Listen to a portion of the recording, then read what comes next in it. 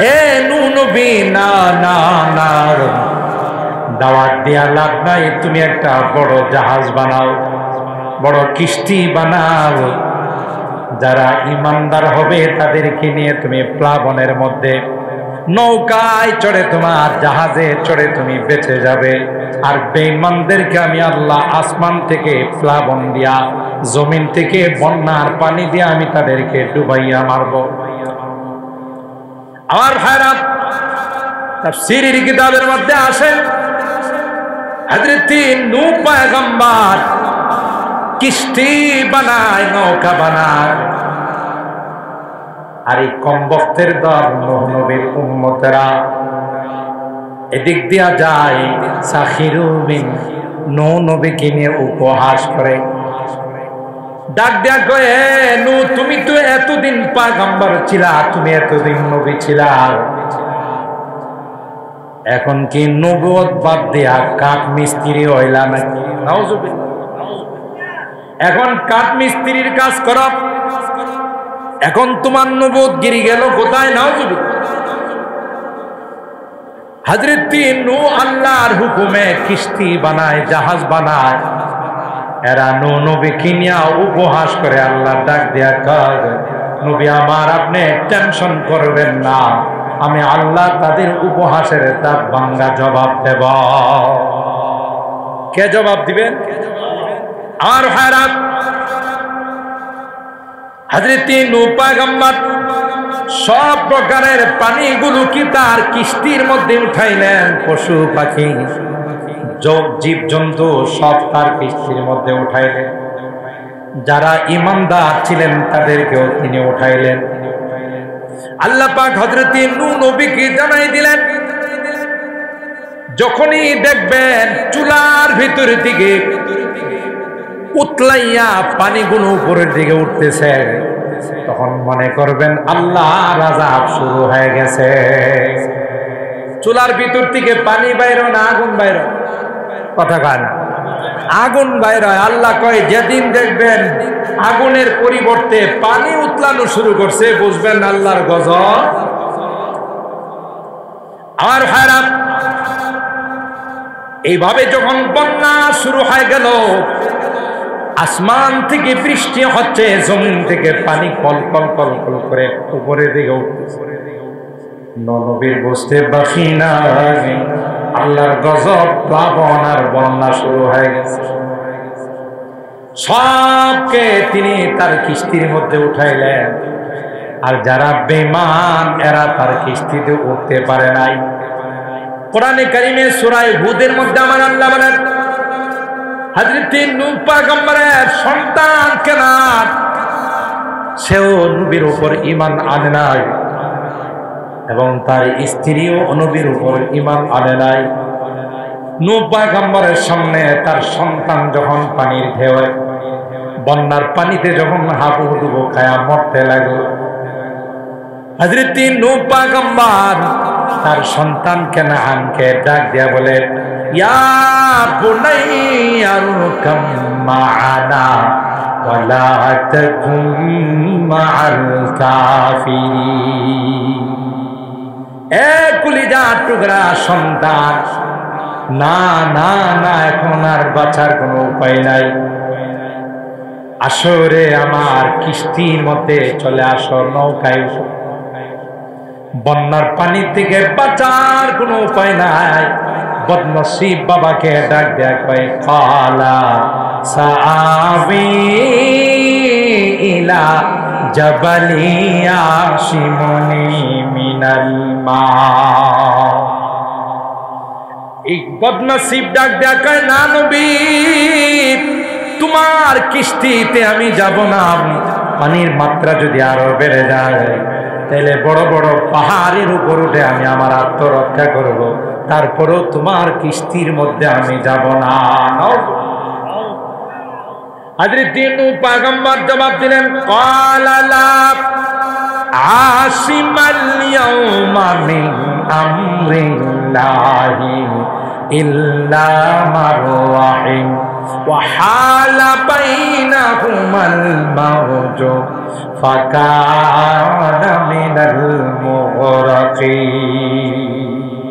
বাপ বেটার মধ্যে কথা চলতেছে এমন অবস্থায় বিশাল আকৃতির এক ঢেউ যারা কক্সবাজার গেছেন কক্সবাজারে সমুদ্রের পারে দাঁড়াইলে যখন ঢেউগুলো আসে মনে হয় ছোটখাটো পাহাড় হয়ে আসতে যে বলুন ঠিক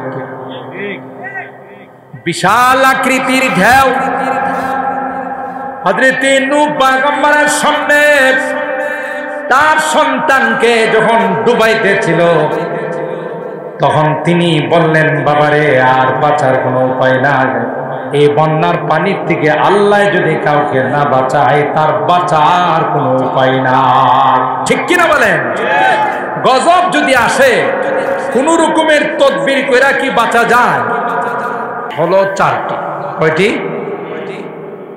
এই চারটি মাস হলো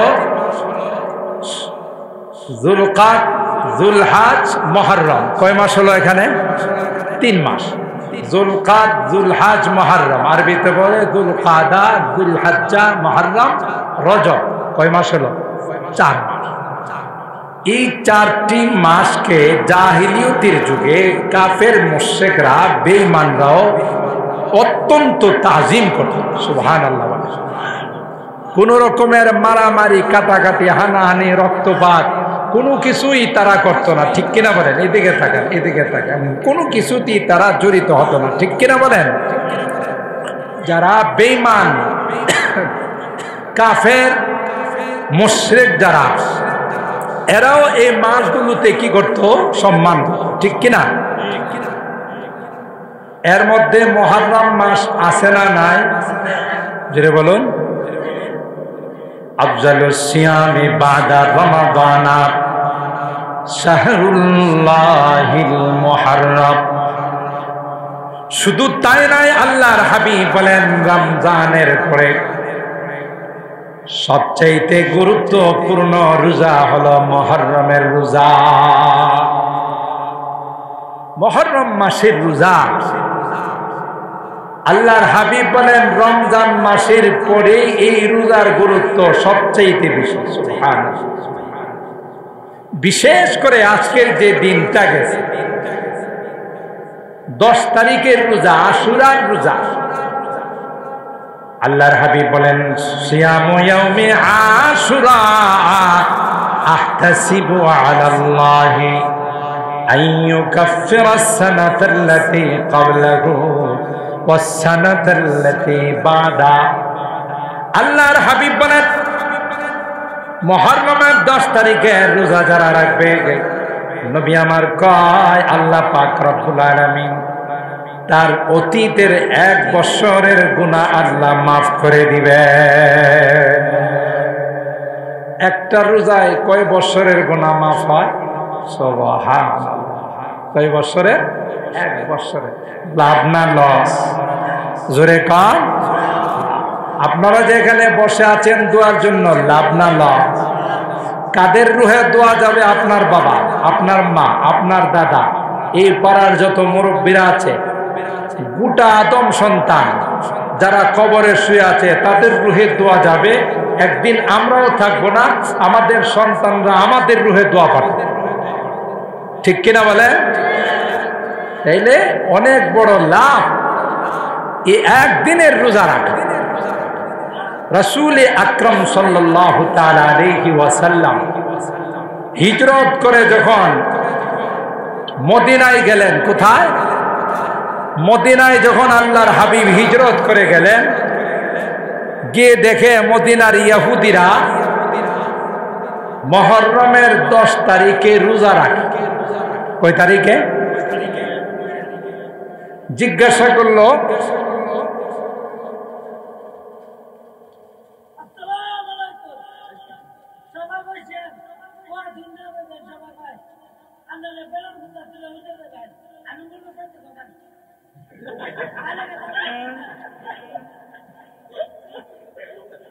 আল্লাহ জিকির করেন সবাই জিকির করেন লা ইলাহা। আল্লাহ কই ঠিক আছে, তোর জন্যই তো রাখছি তোর বানানো সেতু, ঠিক আছে তুই আয়। আর সেতুরই কইছে তুই কিন্তু নড়াচড়া করিস না, হেরে ঢুকতে দে। কথা কানা, সেতু কার গোলাম? রাস্তা কার গোলাম? ফেরাউনে অনেক লম্বা কাহিনী আছে, আমি সেদিকে যাব না, বুঝার জন্য আপনাদের খেদমতে সংক্ষেপে বলতেছি। ফেরাউনে যখন তার সমস্ত সোলজার নিয়ে, সমস্ত বাহিনী নিয়ে লৌহিত সাগরের এই সেতুর উপর, ব্রিজের উপর, ফুলের উপর যখন উঠছে, মাঝখানে গেছে, আল্লাহ এবার সেতুরে ডাক দেয়া কয় সায়ার ইউসুস কিল্লে গে মিল্লা যা। সুবহানাল্লাহ। সেতু কি ফেরাউনের গোলাম না আল্লাহর গোলাম? আবু আতিস খাকু বাদ বান্দার পেশে মা তু মুর্দা বা হাক জিন্দা। আল্লামা রুমি রহমাতুল্লাহি আলাইহি বলেন, তুমি জানো না পৃথিবীর সবকিছু কার গোলাম? পৃথিবীর যা কিছু আছে, পানি বাতাস, আগুন পানি বাতাস, যা কিছু আছে সবগুলো হলো আল্লাহর গোলাম। অর্ডার দিতে দেরি হয়, ওইগুলো অ্যাকশনে যাইতে দেরি হয় না। আমার ভাইরা, তাফসীরের কিতাবের মধ্যে আসে, ফেরাউন যখন তার বাহিনী নিয়ে সৈনিকদেরকে নিয়ে মাঝ সাগরে চলে গেল, সাথে সাথে ধমাধম ওই সেতুগুলো ভেঙ্গে, কার্পেটিং রাস্তাগুলো ভেঙ্গে সমুদ্রের সঙ্গে মিলে গেল। সুবহানাল্লাহ। এখন ফেরাউন সহ তার বাহিনী কেউ পানির উপরে নাই, সবগুলো পানির মধ্যে হাবুডুবু খাওয়া যায়। এবার ফেরাউন আল্লাহরে ডাক দেয়া খাওয়া যায়। আল্লাহ বলেন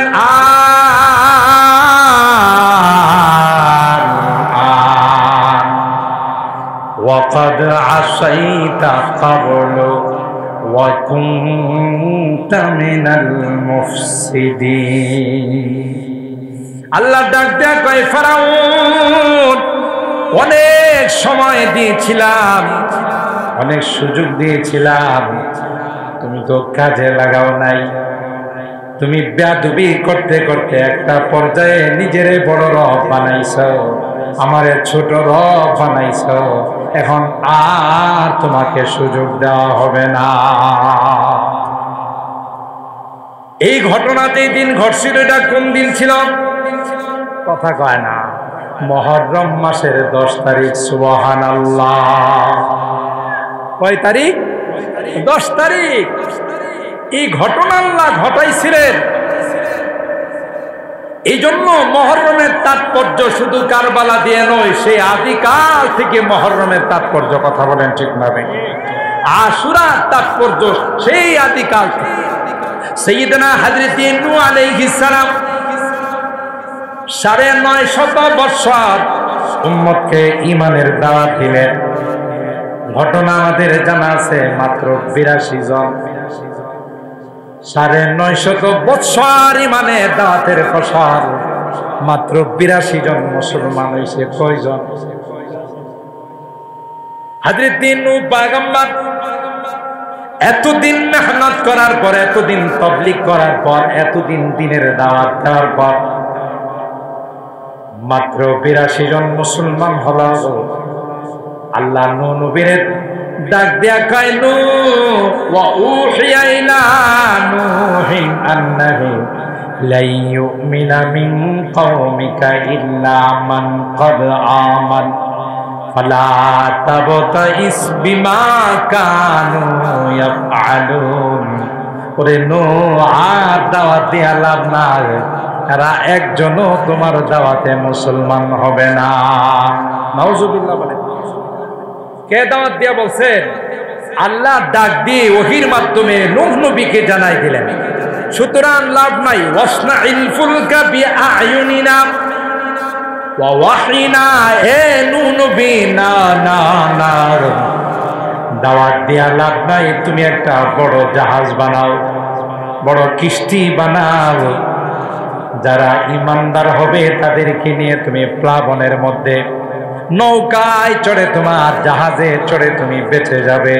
আর বেঈমানদেরকে আমি আল্লাহ আসমান থেকে প্লাবন দিয়া, জমিন থেকে বন্যার পানি দিয়ে আমি তাদেরকে ডুবাইয়া মারব। আমার ভাইরা, তাফসীরের কিতাবের মধ্যে আসে হযরত নূহ পয়গম্বর কিস্তি বানায়, নৌকা বানায়।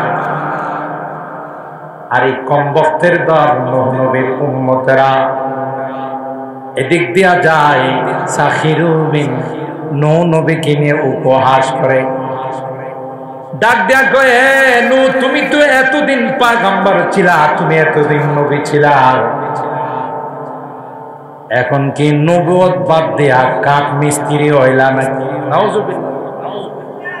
এখন কাঠ মিস্ত্রির কাজ করো, এখন তোমার নবুয়ত গিরি গেল কোথায়? নাউজুবিল্লাহ।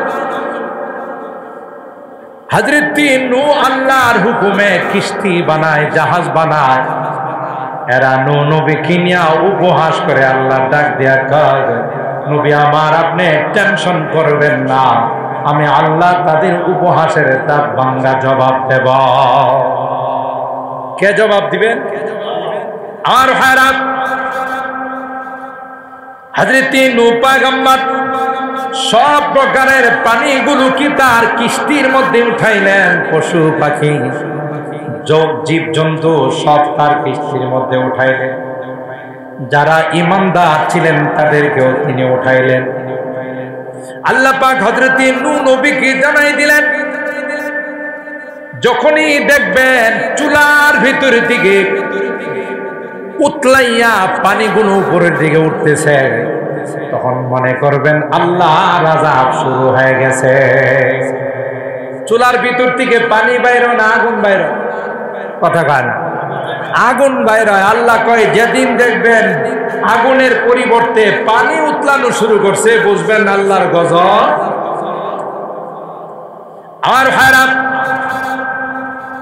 এইভাবে যখন বন্যা শুরু হয়ে গেল, আসমান থেকে বৃষ্টি হচ্ছে, জমিন থেকে পানি কল কল কল কল করে উপরের দিকে উঠতেছে। নবীর বুঝতে বাকি নাই, আল্লাহর গজব, প্লাবন আর বন্যা শুরু হয়ে গেছে। সবকে তিনি তার কিস্তির মধ্যে উঠাইলেন। আর যারা বেঈমান, এরা তার কিস্তিতে উঠতে পারে নাই। কোরআনে কারিমে সূরা হুদের মধ্যে আমার আল্লাহ বলেন, হযরত নূহ পয়গম্বরের সন্তান কেনান, সেও নবীর উপর ঈমান আনে নাই, এবং তার স্ত্রীও নবীর উপর ঈমান আনে নাই। নূহ পয়গম্বরের সামনে তার সন্তান যখন পানির ঢেউয়ে, বন্যার পানিতে যখন হাবুডুবু খায়া মরতে লাগলো, হযরত নূহ পয়গম্বর তার সন্তান কেনানকে ডাক দিয়া বলে, ইয়া বুনাইয়া আরকাম মা'ানা ওয়ালা তাকুম মা'আল কাফিরিন। এ কলিজার টুকরা সন্তান, না না না, এখন আর বাঁচার কোনো উপায় নাই, আসো রে আমার কিস্তির মধ্যে চলে আসো, নৌকায় উঠো। বন্যার পানি থেকে বাঁচার কোনো উপায় নাই। বদনসিব বাবাকে ডাক দেয়া কয়, কালা সাআবি ইলা জাবালি ইয়াশিমুনি মিনাল মা। এই বদনসিব ডাক দেয়া কয়, না নবী, তোমার কিস্তিতে আমি যাব না। পানির মাত্রা যদি আরো বেড়ে যায়, তাহলে বড় বড় পাহাড়ের উপর উঠে আমি আমার আত্মরক্ষা করব, তারপরেও তোমার কিস্তির মধ্যে আমি যাব না।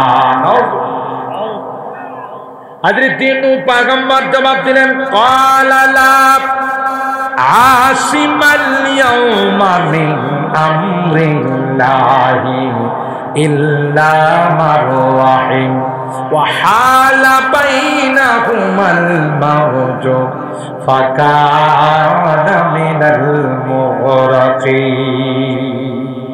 বাপ বেটার মধ্যে কথা চলতেছে, এমত অবস্থায় বিশাল আকৃতির এক ঢেউ, যারা কক্সবাজার গেছেন, কক্সবাজারে সমুদ্রের পারে দাঁড়াইলে যখন ঢেউগুলো আসে মনে হয় ছোটখাটো পাহাড় হয়ে আসতে, যে বলুন ঠিক কি? বিশাল আকৃতির ঢেউ হযরত নূহ পয়গম্বরের সামনে তার সন্তানকে যখন ডুবাইতেছিল তখন তিনি বললেন, বাবারে আর বাঁচার কোনো উপায় নাই, এই বন্যার পানির থেকে আল্লাহ যদি কাউকে না বাঁচায় তার বাঁচার কোনো উপায় নাই। ঠিক কিনা বলেন? গজব যদি আসে কোন রকমের তদবির কইরা কি বাঁচা যায়? তুফান শুরু হয়ে গেছে, আপনি যত মজবুত ঘরে বাঁধেন আল্লাহর যদি হুকুম হয় এটা ভেঙ্গে চুরমার করে দেওয়া যাবে। ঠিক কিনা বলেন? দেখেন না, একটা কথা আছে না, বাক্য আছে না, তুফানে টিনের ঘর ফালাই দেয়। হ্যাঁ, বোতল বাজার থেকে সিমেন্টের পিলার আনছে, সিমেন্টের পিলার দিয়া সে ঘর ভালো করে মজবুত করে বানছে, লোহার অ্যাঙ্গেল দিয়া বানায়া উত্তর দিকে রূপ কইরা, উত্তর পূর্ব দিকে পশ্চিম দিকে রূপ কইরা কোনাকুনি কাল বৈশাখীর কয় বেড়া হইলে আইস, কথা কয় না। ক্ষমতা থাকলে আসিস দিকে আমার ঘরটা ফালাইতে পারস। এ কথা বলার সাথে সাথে কিছুক্ষণ পরে কালো মেঘ আসে, আকাশের মধ্যে কালো মেঘ আয়সায় প্রথম হেরে হেরে দিয়ে সাইড করছে। কথা বলেন ঠিক কিনা? কাল বৈশাখী একটা ধাক্কা দিছে, এটার আলু ভর্তা বানায় ফেলাইছে। এখন হে গিয়া চকির তলে আশ্রয় নিছে, ঘরের চকি খাট আছে না, তো আকাশ যদি খারাপ থাকে দেখবেন ঝড় তুফান আর বৃষ্টির থেকে কিন্তু দিন চমকাই বেশি, বিজলি দেয় না বেশি। এখন যখন বারবারে আকাশ চমকাইতেছে, আকাশ চমকাইলে তো সব আলোকিত হয়ে যায়। ওই বেটা তার বউরে ডাক দিয়া কয়, ঘরটা তো ফালাইছে, লাইট টিপ দেয়া দেখে আমি কই, কথা কয় ঘরটা এত কষ্ট করে বানলাম, কাল বৈশাখীর বাচ্চা আমার ঘরটা তো ফালাইছে, আমারে তালাশ করে আমারে ধরবো, নাইলে হ্যাঁ লাইট টিপি কিনলে কি, কথা কয় না, লাইট টিপ দিয়ে দেখে আমি কই। তাহলে বুঝা গেল আল্লাহর সৈনিকের সাথে কেউ মোকাবেলা করতে, কথা বলেন, পারবে? আসিমাল ইয়াউমা মিন আমরিল্লাহি ইল্লা মান রাহিম। পয়গম্বর সন্তানকে ডাক দিয়া কয়, বাবা আল্লাহর গজব শুরু হয়েছে, এই গজব থেকে আল্লাহ না বাঁচাইলে কেউ বাঁচতে পারবে না। ঠিক কিনা বলেন? বাবার সামনে সন্তানকে ডুবিয়ে মেরে ফেলল। ওই যে স্টিমার আর কিস্তি নূহ পয়গম্বর বানায়া বন্যার পানির মধ্যে চলতে লাগলো। ওই স্টিমারের কোনো ইঞ্জিন ছিল না, কোন রকমের কোনো তেল মোবিল ছিল না, কোনো নৌকা মাঝি ছিল না। আল্লাহর হুকুমে স্টিমার পানির উপর চলা শুরু করছে। একদিন দুই দিন নয়, 6 মাস পর্যন্ত পানির উপরে চলতে চলতে ইরাকের একটা পাহাড় আছে, যে পাহাড়ের নাম জুদি পাহাড়, ওই জুদি পাহাড়ের মধ্যে গিয়া ঘাট বেরাইছে। কোন পাহাড়? ওয়াস্তাওয়াত আলাল জুদি। কোরআনে আল্লাহ বলেন, যেই দিনে জুদি পাহাড়ে গিয়ে স্টিমারটা লাগছিল ওই দিনটাও ছিল মুহররম মাসের 10 তারিখ। জোরে সুবহানাল্লাহ। যাই হোক, রাত হয়ে গেছে 12:15। আমি 12টার উপরে নেওয়ার নিয়ত নাই। যে উদ্দেশ্যে আমি 2টা ঘটনা বললাম আপনাদেরকে শুধু এইটুকুন বুঝানোর জন্যে যে আশুরার সম্পর্ক 61 হিজরির শুধু কারবালা থেকে নয়, পৃথিবীর শুরুর থেকে নিয়ে অনেক অনেক বড় বড় ঘটনা আল্লাহ ঘটাইছেন এই আশুরার মুহররম মাসের 10 তারিখে। কথা বলেন ঠিক কি? এই মুহররম মাসের 10 তারিখ আমাদেরকে যে বার্তা দিয়ে যাচ্ছে, হ্যাঁ, সাইয়েদনা হযরতে হুসাইন রাদিয়াল্লাহু তাআলা আনহুর শাহাদাত আমরা আল্লাহর নবীর উম্মত হিসেবে আমাদের দিলে অনেক দাগ কাটে, কথা বলেন ঠিক কিনা? নবীর কলিজার টুকরা দৌহিত্র হযরত হুসাইনকে যারা শহীদ করেছে আমরা তাদেরকে ধিক্কার জানাই, কথা বলেন ঠিক না বেঠিক?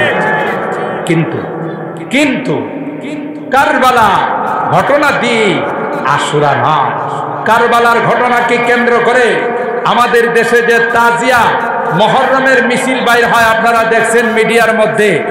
আমাদের মিরপুরে মোহাম্মদপুরে এই যারা বিহারি আছে, শিয়া সম্প্রদায় আছে, এরা তাজিয়া বের করে, এরকম মিছিল বের করে, নিঃসন্দেহে এটা বেঈমানদের কাজ, কথা বলেন ঠিক না? এটা কোনো ইমানদার করতে পারে না।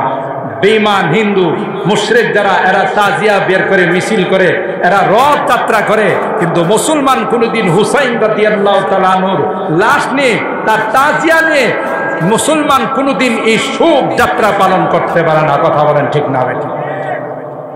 মুহতারাম হাজির, সুতরাং আমাদেরকে আল্লাহর নবী শিখাইছেন মুহররমের 10 তারিখ আসলে তোমরা রোজা রাখো, তার সাথে একদিন আগে আর পরে মিলায় রোজা রাখো। কারণ ইহুদিরা যখন বলল যে এই 10 তারিখে আল্লাহ তাআলা মুসা নবীকে, বনে ইসরাইলকে সমুদ্র পার করে দিয়েছিলেন, শুকরিয়া হিসাবে আমরা রোজা রাখি, আল্লাহ নবী তখন জবাব দিয়েছিলেন ফানাহনু আহাক্কু বিমুসা ওয়া আউলা বিমুসা মিনকুম। তোমরা যদি এই কারণে রোজা রাখো, তোমরা তো মুসা নবীর কোনো কিছু অনুসরণ করো না, পালন করো না, মানো না, আমরা তো মুসা নবীর সবচেয়ে বড় হকদার, তার সবচেয়ে নিকটবর্তী, তাই আমরাও এই রোজা রাখবো। সুবহানাল্লাহ। তাই আল্লাহ নবী বললেন সুমু আশুরা ওয়া খালিফু ফিহিল ইয়াহুদা, তোমরা আশুরার রোজা রাখো, আর ওই দিন ইহুদিদের বিরোধিতা করতে গিয়ে একদিন আগে অথবা একদিন পরে। এই জন্য অনেক মা বোনরা, অনেক মুসলমান এই আজকের রোজা রাখছে, গতকাল রোজা রাখছে, 2 দিন হয়ে গেছে, অনেকে আজকে রোজা রাখছে, আগামীকাল রোজা রাখবে, তাইলে কয়দিন হবে? 2 দিন রোজা রাখা। একটা রোজার বিনিময়ে আল্লাহ তাআলা 1 বছরের গুনাহ মাফ করে দেন। সুবহানাল্লাহ। আমি ধন্যবাদ জানাই এই পাড়ার যুবকদেরকে, যারা অত্যন্ত আগ্রহ নিয়ে আজকের এই সুন্দর আয়োজন করেছেন মুরব্বীদের রুহের মাগফিরাতের জন্য। কারণ আজকে আমি যুবক হয়েছি, আমি আজকে বাড়ির মালিক হয়েছি, আমি জমিনের মালিক হয়েছি, আমি দোকানের মালিক হয়েছি আমার বাপ দাদাদের কারণে, কথা বলেন ঠিক না বেঠিক? এরা যদি আমার জন্য এই বাসা বাড়ি, বাড়ি ঘর, জমিন জমা আমাদের জন্য না রাখতো, তাইলে আমরা এগুলো পাইতাম না। তাই তাদেরকে তাদের নেক সন্তান হিসাবে আমাদের উচিত তাদেরকে দুয়ার মাধ্যমে স্মরণ করা, ঠিক না বেঠিক? সুতরাং আজকে এখানে এই বরকতময় দিনে বিশেষ করে মাওলানা মুশাররফ বিভিন্ন মাহফিলের জন্য যুবকদের সাথে অত্যন্ত অক্লান্ত পরিশ্রম করে। আমাকে আগে বলেছিল, আমি আসলে ক্লাসের যেহেতু গুরুত্ব থাকে বেশি আমার ছাত্রদের পড়ার, এই জন্য আমি বলছিলাম যে আমি তো আসতে পারবো না। তো আজকে ওই যে সিরাজনগর আমাদের নানা এবং মামা এদের রুহের মাগফিরাত কামনায় মসজিদের ভিতরে এরা দোয়ার আয়োজন করছে, যেহেতু তাদেরই সন্তান, সেই হিসাবে আমি মনে করলাম না আসাটা আমার জন্য ঠিক হবে না। এই জন্য আমি ওখানে আসার পর মোশাররফ বারবার ফোন দিতেছিল যে আমাদের এখানে আপনি আখিরি মোনাজাত করে যান, যুবকদের তাকাজা এবং মুরব্বীরাও চাচ্ছে, তাই আপনাদের দোয়া নেওয়ার জন্যে, আপনাদের সাথে শরীক হওয়ার জন্যে আজকের এই মাহফিলে আমি উপস্থিত হয়েছি। আল্লাহ তাআলা আমাকে উপস্থিত করে দিয়েছেন এবং আপনারাও এই প্রচণ্ড গরমকে উপেক্ষা করে দীর্ঘক্ষণ পর্যন্ত অত্যন্ত ধৈর্য সহ বসে যে বয়ান শুনছেন, আল্লাহ তাআলা এই মাহফিলকে, আপনাদের এই বসাকে কবুল করুন, আমিন বলুন। আল্লাহ তাআলা এই মাহফিলকে আমাদের জন্য নাজাতের ওসিলা বানিয়ে দেন। যে যুবকরা আজকের এই আয়োজন করেছেন যে মুরব্বীদের রুহের মাগফিরাতের জন্য, আল্লাহ আমার এই যুবকদের জানে মালে কামাই রুজি রোজগারে বরকত নসিব করুন, আমিন বলুন। আর মুরব্বীদের রুহের মধ্যে আল্লাহ তাআলা যত আলোচনা, যত তিলাওয়াত, যত রকমের নেক আমল হয়েছে সবগুলো তাদের রুহের মধ্যে আল্লাহ তাআলা পৌঁছে দেন, বলুন আমিন। ওয়া আখিরু দাওয়ানা আনিল হামদুলিল্লাহি রাব্বিল আলামিন।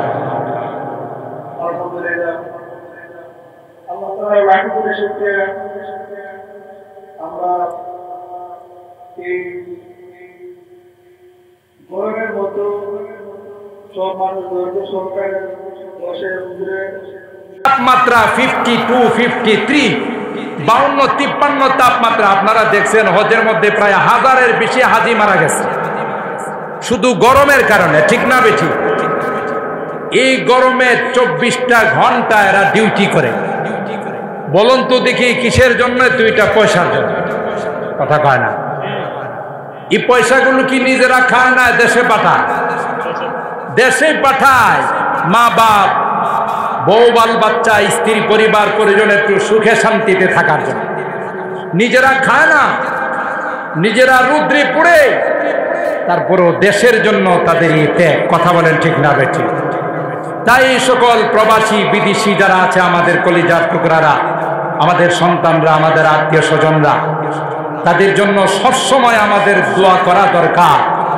এরা যেন সুস্থ থাকে, ভালো থাকে, অ্যাক্সিডেন্ট দুর্ঘটনার হাত থেকে যেন আল্লাহ তাদেরকে হেফাজত করেন। আমিন বলেন। তাদের কামাই রুজি রোজগারের জন্য আল্লাহ তাআলা বরকত দান করেন। আমিন বলেন। আমাদের প্রিয় মাতৃভূমি বাংলাদেশ, কথা বলেন ঠিক না? এই দেশের বাসিন্দা আমরা, এই দেশের মানুষ আমরা। এই দেশ শান্তিতে থাকুক, এই দেশের মানুষ শান্তিতে থাকুক। কোন রকমের অশান্তি, মারামারি, কাটাকাটি, বিশৃঙ্খলা আমরা চাই না। কথা বলেন ঠিক না বেঠি? এটা আমাদের প্রাণের দাবি যে এই দেশে কোন রকমের বিশৃঙ্খলা, কোন রকমের মারামারি, কোন রকমের হানাহানি, কাটাকাটি, রক্তপাত, প্রাণহানি আমরা দেখতে চাই না। এর থেকে যেন আল্লাহ এই দেশকে হেফাজত করেন। বলেন আমিন। মুহতারাম হাজিরিন, দেশ এবং জাতির জন্য, সকল মুরব্বীদের রুহের মাগফিরাতের জন্য আজকে যে যুবকরা এই সুন্দর আয়োজন করেছেন, আমরাও তাদের এই আয়োজনে আরামে বসে দীর্ঘক্ষণ পর্যন্ত উলামায়ে কেরামদের আলোচনা শুনছি। তাদের জন্য যারা দোয়া চাইছে, যারা চান নাই, সুস্থ অসুস্থ, সকলের জন্য আমরা মহান রব্বে করিমের দরবারে দোয়া করি। আল্লাহ তাআলা যেন পরপারে যারা আছেন তাদেরকে যেন সুখে রাখেন, ভালো রাখেন। যারা জীবিত আছেন তাদের জন্য নেক হায়াত দান করেন। আর যারা বিভিন্ন কর্মে আছেন, আল্লাহ যেন তাদের কর্মের মধ্যে বরকত দান করেন। আল্লাহুম্মা ইহদিনাস সিরাতাল মুস্তাকিম সিরাতাল্লাযীনা আন'আমতা আলাইহিম মিনান নাবিয়্যিন ওয়াস-সিদ্দীকিনা ওয়াশ-শুহাদা'i ওয়াস-সালিহিন। ربنا ظلمنا أنفسنا وإن لم تغفر لنا وترحمنا لنكونن من الخاسرين ربنا فاغفر لنا ذنوبنا وكفر عنا سيئاتنا وتوفنا مع الأبرار رب ارحمهما كما ربياني صغيرا رب ارحمهما كما ربياني صغيرا রব্বুল আলামিন। ইয়া আল্লাহ, পবিত্র মুহররমুল হারাম মাসের আজকের এই রজনীতে আল্লাহ দীর্ঘক্ষণ পর্যন্ত বসে কোরআনের আলোচনা শোনার পর আমরা কিছু সংখ্যক গুনাহগার বান্দা তোমার শাহী দরবারে হাত উঠাই। আল্লাহ মেহেরবানি করে আমাদের জিন্দেগীর সকল গুনাহগুলো মাফ করে দাও ইয়া রাব্বাল আলামিন। আল্লাহ তুমি তাকাইয়া দেখো, বুড়া বাবারা, আমার কলিজা টুকরা যুবকরা, পর্দার আড়ালের মা বোনেরা প্রচন্ড গরমকে উপেক্ষা করে আল্লাহ কোরআনের আলোচনা শোনার জন্য, দ্বীনের মহব্বত নিয়ে, তোমার হাবিবে পাকের ভালোবাসা নিয়ে আল্লাহ গভীর রজনীতে ভিক্ষুকের মতো তোমার দরবারে হাত উঠাই। মালিক, ভিক্ষুককে যদি মালিক ভিক্ষা না দেয়, বারবার তার কাছে ভিক্ষা চায়, একজনের কাছে ভিক্ষা না পাইলে আরেকজনের কাছে যাও। তুমি যদি আমাদেরকে ফেরত দাও, তোমার দরবার থেকে যদি মাহরুম হয়ে যায়, কার কাছে যাব? কে গো আমাদেরকে মাফ করবে? তাই তো আল্লাহ কাঙ্গালের মতো আসামির কাজ গড়াই দাঁড়াইয়া, দুখানা হাত বাড়াইয়া তাওবা করতেছি, আর জীবনে কোনোদিন নামাজ ছাড়ব, আর কোনোদিন গুনাহ করব না, আর কোনোদিন হারাম খাইব না, আর কোনোদিন নাফরমানি করব না, সুদি কারবারে জড়াব না, আর কোনোদিন বেপরদায় চলব না। ইয়া আল্লাহ, হিজরির প্রথম বছর আল্লাহ, হিজরি নববর্ষরে আল্লাহ প্রথম মাসে মুহররমুল হারাম মাসের আজকের রজনীতে তওবা করতেছি আল্লাহ, মেহেরবানি করে আমাদের তওবাগুলোকে তুমি কবুল করে নাও ইয়া রাব্বাল আলামিন। আল্লাহ আমাদের বুধল উত্তর পাড়ার আমাদের এই যুবকরা আল্লাহ, গজারহাটের আমাদের এই যুবকরা আল্লাহ এই সুন্দর আয়োজন করেছেন, অক্লান্ত পরিশ্রম করে আল্লাহ এখানে আমাদেরকে মাহফিল শোনার ব্যবস্থা করে দিয়েছেন। আল্লাহ আমার এই যুবকদেরকে তুমি জান্নাতি যুবক বানাই দাও, এদের কামাই রুজি রোজগারে বরকত নসিব করে দাও। যেই মরহুমদের জন্য বিশেষভাবে দোয়ার আয়োজন করা হয়েছে, এই মরহুম সহ আল্লাহ এই এলাকার যত মুরব্বীরা কবরে শুয়ে আছেন আল্লাহ মেহেরবানি করে তাদের জিন্দেগির গুনাহ খাতাগুলো মাফ করে দাও আল্লাহ, তাদের কবরগুলোকে জান্নাতের বাগান বানাই দাও ইয়া আল্লাহ। আমাদের সন্তানরা যারা বিদেশের বাড়িতে আছেন, অনেক কষ্ট করে আমাদের জন্য টাকা পাঠায়, অনেক কষ্ট করে আল্লাহ মাথার ঘাম পায়ে ফেলে রক্ত পানি করে আল্লাহ দেশের মানুষগুলো ভালো থাকবে, স্ত্রী পরিবার পরিজন ভালো থাকবে, সেই জন্য টাকা পাঠায় আল্লাহ মেহেরবানি করে তাদেরকে তুমি হিফাজত করো, তাদের কামাই রুজি রোজগারে বরকত দিও, অ্যাক্সিডেন্ট দুর্ঘটনার হাত থেকে হিফাজত করো আল্লাহ। বিদেশের বাড়িতে যাদের কাগজপত্রের সমস্যা আছে, অসুবিধা আছে আল্লাহ সবগুলোকে তুমি দূর করে দিও আল্লাহ ইয়া রাব্বাল আলামিন। আল্লাহ আমার মুরব্বিদেরকে আবু বকরের মতো বানাই দিও, যুবকদেরকে হযরত হাসান হুসাইনের কাফেলার মেম্বার বানাই দিও, আমার মা বোনদেরকে আম্মা জান খাদিজাতুল কুবরা আয়েশা সিদ্দিকা ফাতেমাতুজ জাহরার মতো বানাই দিও আল্লাহ ইয়া রাব্বাল আলামিন। আল্লাহ আমাদের সকল রোগীদেরকে পরিপূর্ণ শিফা নসিব করে দিও আল্লাহ। কামাল নামে একজন রোগীর জন্য দোয়ার আবেদন করা হয়েছে আল্লাহ, তাকে তুমি পরিপূর্ণ শিফা নসিব করে দিও। আমাদের অত্র এলাকার মুরব্বী আল্লাহ সাতিয়ানির হুজুর অসুস্থ আল্লাহ, তাকে তুমি পরিপূর্ণ শিফা নসিব করে দাও, হায়াতের মধ্যে বরকত নসিব করে দাও ইয়া রাব্বাল আলামিন। আল্লাহ পৃথিবীর আনাচে কানাচে মুসলমানরা নির্যাতিত হচ্ছে, বিশেষ করে আল্লাহ ফিলিস্তিনের মুসলমানদের দিকে তাকাই চোখের পানি ধরে রাখা যায় না। মালিক রে মেহেরবানি করে তাদের আল্লাহ আসমান থেকে গায়বী সাহায্য নাযিল করে দাও, ইহুদিদের কালো হাতগুলো ভেঙ্গে তুমি চুরমার করে দাও আল্লাহ। আমার এই প্রিয় মাতৃভূমি বাংলাদেশ, এদেশে অশান্তি বিরাজ করতেছে আল্লাহ, দেশকে তুমি গায়বী ভাবে শান্ত করে দাও আল্লাহ।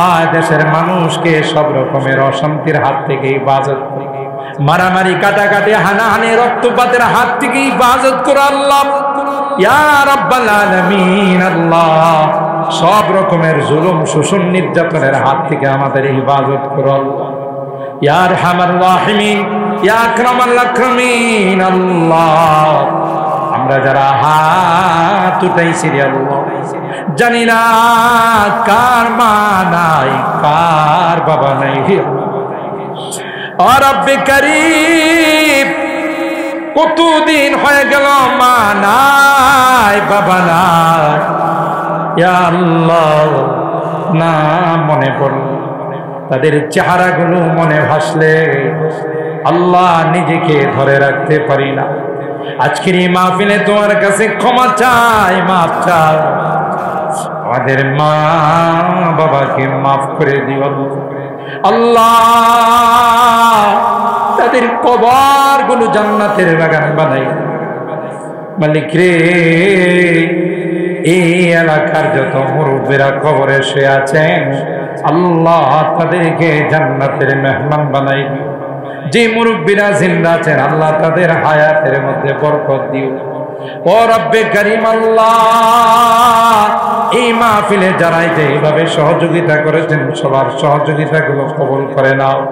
কিয়ামতের কঠিন ময়দানে আমাদের এই মাহফিলকে তুমি নাজাতের ওসিলা বানাই দিও ইয়া আল্লাহ। মাহফিলের শেষে মুনাজাতের আখিরি পর্যায়ে তোমার কাছে ফরিয়াদ, যেদিন তুমি ডাক দিবে মালাকুল মউতের হাতে সুপুর্দ করে দিবে গো আল্লাহ।